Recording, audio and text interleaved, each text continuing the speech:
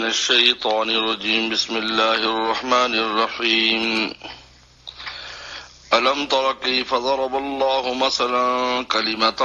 طيبة كشجرة طيبة أصلها ثابت وفرعها في السماء تؤتي أكلها كل حين بإذن ربها ويضرب الله الأمثال للناس لعلهم يتذكرون ومثل كلمة خبيثة كشجرة خبيثة اجتثت من فوق الأرض ما لها من قرار يثبت الله الذين آمنوا بالقول الثابت في الحياة الدنيا وفي الآخرة ويذل الله الظالمين ويفعل الله ما يشاء صدق اللہ مولانا العظیم۔ اللہ تعالیٰ نے پہلے مومن اور مشرک اور کافر کے انجام کا بیان کیا تھا، یہاں سے کلمہ ایمان اور کلمہ کفر کی مثال دیتے ہیں کہ کلمہ ایمان کی مثال کیا ہے اور کفر کیا ہے، اور ان دونوں کے ثمرات پھر کیا ہیں۔ کیونکہ درخت سے مثال دی ہے تو درخت کے اوپر پھل بھی لگتا ہے، تو ایمان کے درخت کا پھل کیسا ہوتا ہے اور کفر کے پھل کا درخت کیسا ہوتا ہے۔ تو اللہ تعالیٰ نے ایمان کو شجرہ طیبہ سے مثال دی۔ شجرہ طیبہ، چار خصوصیات بیان کی ہیں ایمان کے درخت کی، اور کلمہ طیبہ کہا۔ کلمہ طیبہ سے مراد لا الہ الا اللہ ہے، جیسے حدیث شریف میں آتا ہے کہ اس آیت مبارکہ میں جس کو اللہ نے فرمایا کلمہ طیبہ کی مثال شجرہ طیبہ کی طرح ہے، تو کلمہ طیبہ سے مراد لا الہ الا اللہ ہے۔ محمد رسول اللہ کا حدیث میں لفظ نہیں ہے، اس لیے کہ محمد رسول اللہ جو ہے وہ تبدیل ہوتا رہتا ہے ہر امت کے اعتبار سے، تو لہذا ہر امت کے اعتبار سے وہ تبدیل جملہ متبدلہ ہے محمد رسول اللہ۔ اس لیے ذکر میں یہیں پر مفسرین نے لکھا ہے صوفیہ کرام کے حوالے سے کہ ذکر میں کلمہ طیبہ بغیر محمد رسول اللہ کے پڑھا جاتا ہے، کیونکہ وہ کلمہ ہے جو ذکر کیا جاتا ہے۔ محمد رسول اللہ کا جو حق ہے وہ درود شریف ہوتا ہے، البتہ اظہار عقیدے کے لیے کبھی کبھی درمیان میں پورا پڑھا جائے، لیکن اصل جو ذکر ہے وہ لا الہ الا اللہ ہے۔ تو یہاں اللہ تعالیٰ نے کلمہ طیبہ کو شجرہ طیبہ سے مثال دی ہے، کہ پاکیزہ درخت، مزیدار، خوشبودار، جس کو دیکھ کر بھی دل خوش ہو، ایسا درخت وہ شجرہ طیبہ ہے۔ یہ کلمہ طیبہ کی مثال ہے، ایمان کی مثال اس درخت کی طرح ہے کہ جو دیکھنے میں بھی پر رونق ہے اور خوشبودار ہے اور پاکیزہ درخت ہے۔ یہ ایمان کا درخت ہے۔ تو پہلے کلمہ طیبہ شجرہ طیبہ کی طرح ہے کہ کلمہ طیبہ کو شجرہ طیبہ سے مثال دی گئی۔ دوسری خصوصیت اصلها ثابت، اس کی جو جڑ ہے وہ بڑی مضبوط ہے۔ اصلها ثابت، اس درخت کی جڑ بڑی مضبوط ہے۔ فرع فی السماء، اور تیسری خصوصیت اس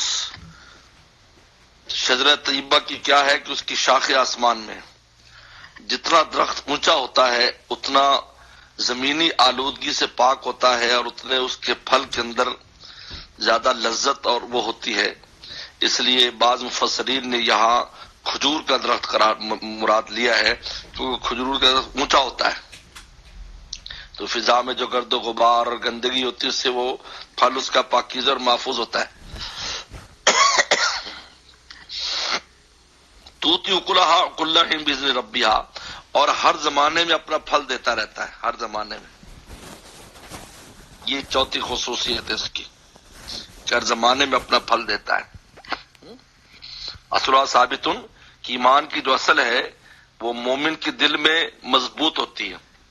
فرع فی السماء، فرع فی السماء اعمال مراد ہے کہ اس کے جو اعمال ہیں آسمان تک جاتے ہیں اس کی نیکیاں، اور پھل لاتا ہے، خیر و برکات ہر وقت نازل ہوتی ہے اللہ کی طرف سے اس شخص پر۔ اللہ کی طرف سے ہر وقت یہ ایمان کا درخت اوپر کی برکات کو حاصل کرتا رہتا ہے، کہیں اٹھ جا رہا ہے آ رہا ہے، ہر وقت اس پر اللہ کی رحمتوں کا نزول ہوتا ہے ایمان والوں پر۔ یہ ہے ہر زمانے میں پھل دیتا ہے۔ اصل و ثابت، اس کا اصل مضبوط ہے، زیادہ ایمان جب رچ بس جاتا ہے، حدیث میں آتا ہے جیسے کہ بشاشت ایمان جب دل میں گھس جاتی ہے، پھر دنیا کی کوئی طاقت اس کو نکال نہیں سکتی۔ آرے سے چیرا تو جا سکتا ہے، کڑھائی میں ڈالا جا سکتا ہے ایمان سے، اور یہ بے شمار زمانہ دار میں مثالیں موجود ہیں اس کی۔ ہر قسم کے حالات میں وہ رہتا ہے۔ فرع فی السما، اور اس کی شاخ آسمان میں اعمال۔ حضرت مولانا ادریس صاحب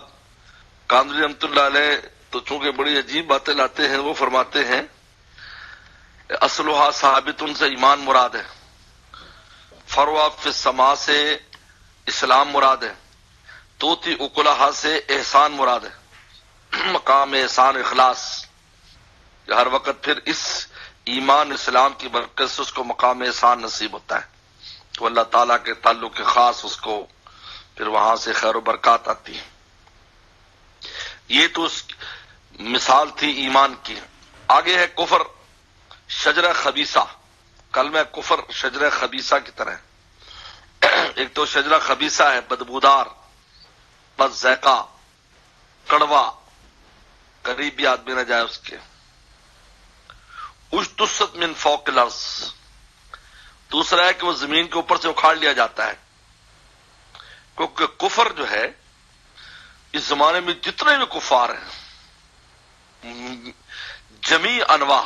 یہود و نصارہ بھی اور جتنی بھی انواع ہے، دلائل کی دنیا میں ایمان والوں سامنے نہیں ٹھہر سکتا، بالکل پکی ٹکی بات۔ تھوڑی بات کریں گے اکھڑ جائیں گے وہ،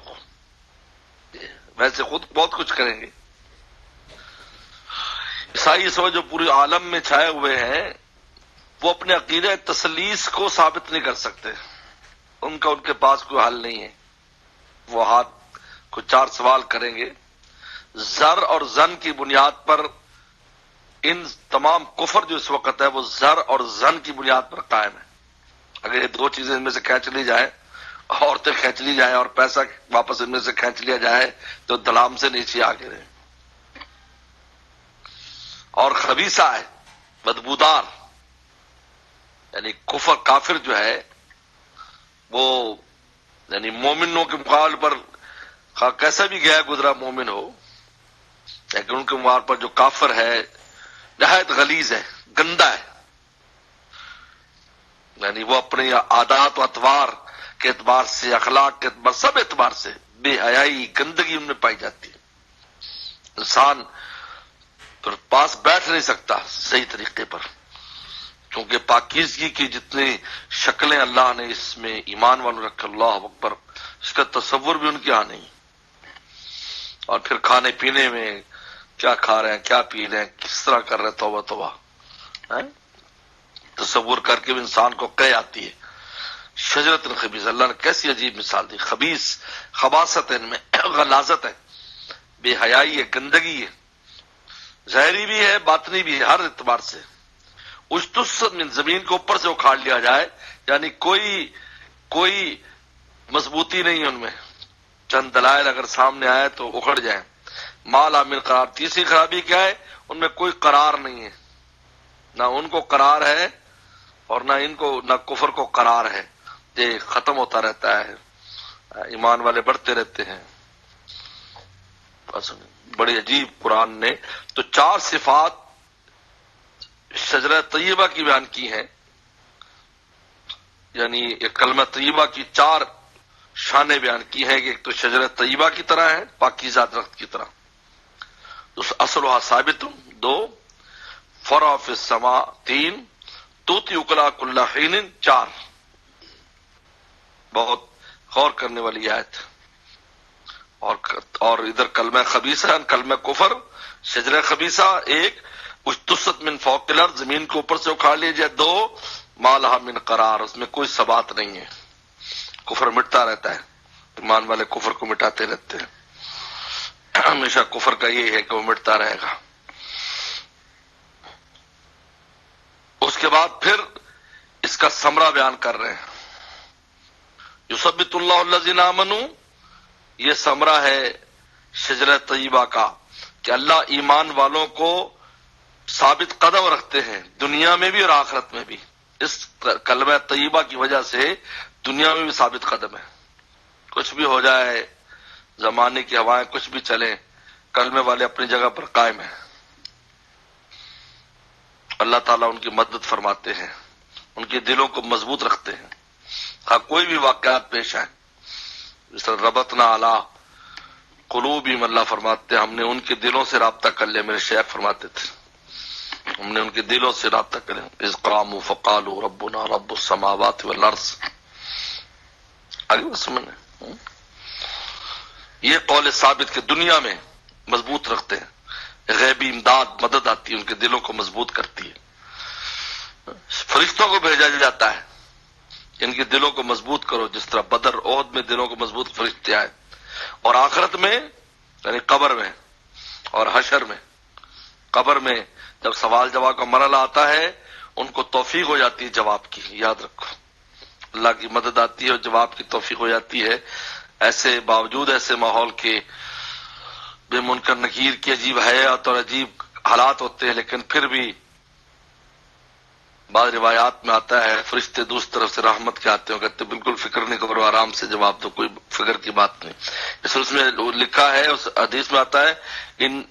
انا لقد نعلم، ہمیں پہلے پتا تھا تو جواب دے لے گا، یہ آتا ہے۔ اور آخرت میں میدان محشر میں اس کے دل کو مضبوط رکھتے ہیں، وہ گھبرائے گا نہیں ان حالات میں، اللہ سے امیدیں رکھے گا اور وسلم کی شفاعت کی امید رکھے گا، یہ قول ثابت فی الآخرہ ہے۔ تو آخرت میں، آخرت سے مراد قبر بھی ہے حشر بھی ہے،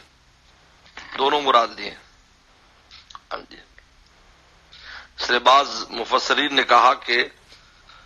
قبر کیسے مراد ہو سکتی ہے جبکہ عذاب قبر یا جزائے قبر کا مدینہ شریف میں رسول اللہ کو علم ہوا، یہ صورت مکی ہے۔ تو مفسرین محققین فرماتے ہیں کہ دراصل دو منزلیں ہیں، پہلی منزل برزخ ہے، دوسری منزل آخرت ہے، لہذا پیغمبر سلام کو آخرت کی منزل کا تو مکہ شریف میں بتا دیا گیا اور پہلی منزل کا آپ کو مدینہ میں بتا دیا گیا، لہذا یہاں پر دونوں اب مراد لیے جائیں گے فی الآخرہ۔ اور جو دوسرے ہیں کلمہ کفر والے، یضل اللہ الظالمین، ظالموں کو اللہ گمراہ کر دیتے ہیں، گمراہ کر دیتے ہیں، ان کے ظلم اور شرک کی وجہ سے گمراہ ہو جاتے ہیں، اللہ گمراہ کر دیتے ہیں۔ اب کہیں جی اللہ کیوں گمراہ کرتے ہیں، اللہ تعالیٰ کو ہدایت دینی چاہیے، یفعل اللہ ما یشاء، اللہ جو چاہتا ہے کرتا ہے۔ تو فرماتے الم ترى، کیا تو نے نہیں دیکھا، کیف ضرب اللہ مثلا کلمۃ طیبہ، کیسے اللہ نے مثال دی ہے پاکیزہ کلمے کی، یا اللہ کی توحید اور ایمان کے کلمے کی، کشجرۃ طیبہ، جیسے پاکیزہ درخت ہو، اصلها ثابت، جس کی جڑ مضبوط ہو، فروع فی السماء، خوب گڑی ہوئی ہو، ثابت خوب گڑی ہوئی ہو، فروع فی السماء، اس کی شاخ آسمان میں ہو، توتی اکلہا، اور لائے اپنا پھل، کل حین، ہر زمانے میں، باذن ربہا، اپنے رب کے حکم سے، یعنی جو ثمرات ہمارے اعمال پر مرتب ہوتے ہیں، رحمت نازل ہوتی ہیں، اللہ کی مشیت اور فضل سے ہوتی ہیں، یہ اس کو سبب نہ سمجھے کہ میرے کرنے سے ہو رہا ہے، توفیق کرنے کی توفیق وہ دیتے ہیں، نتیجے اب بھی وہی مرتب فرماتے ہیں۔ وَيَضْرِبُ اللَّهُ الْأَمْثَالَ لِلنَّاسِ، اللہ تعالیٰ مثالیں بیان فرماتے ہیں لوگوں کے لیے، لعلہم یتذکرون، تاکہ وہ خوب نصیحت پکڑیں۔ وَمَثَلُ کلمۃ خبیثہ، اور کلمہ خبیثہ کی مثال کیسے، کشجرۃ خبیثہ، جیسے خبیث درخت، ہر خبیث درخت شامل ہے اس میں، جس کو دیکھ کر انسان کو وحشت ہوتی ہے، جس کے چکھنے، خواہ وہ کوڑ تمے کا درخت ہو یا اور کوئی اس قسم کے درخت ہوں، ہر علاقے میں اس قسم درخت پائے جاتے ہیں کہ لوگ ان کو قریب نہیں جاتے، ان کو آگ لگانا پسند کرتے ہیں۔ اجتثت من فوق الارض، اکھاڑ لیا جائے زمین کے اوپر، یعنی جڑیں بالکل مضبوط نہیں ہیں، ایسے ہلکا جھٹکا دیا باہر آ گئی،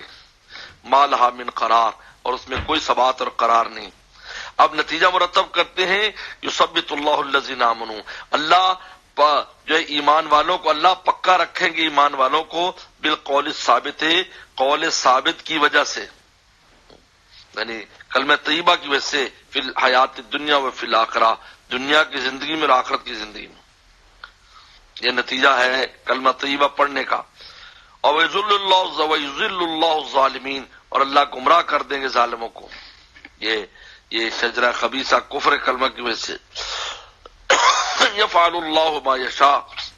اور اللہ تعالیٰ جو چاہے کرے، کوئی ان کو کہہ نہیں سکتا۔ کسی کو زبردستی مومن کرنا، ایمان میں لانا، یہ انسان کے اس کے خلاف ہے، جس کے لیے انسان کو پیدا کیا گیا ہے۔ لہذا اللہ تعالیٰ جو چاہے، یفعل اللہ ما یشاء، اللہ اپنی مخلوق میں جو چاہے تصرف کرے، کسی کو توفیق دی کسی کو نہیں دی،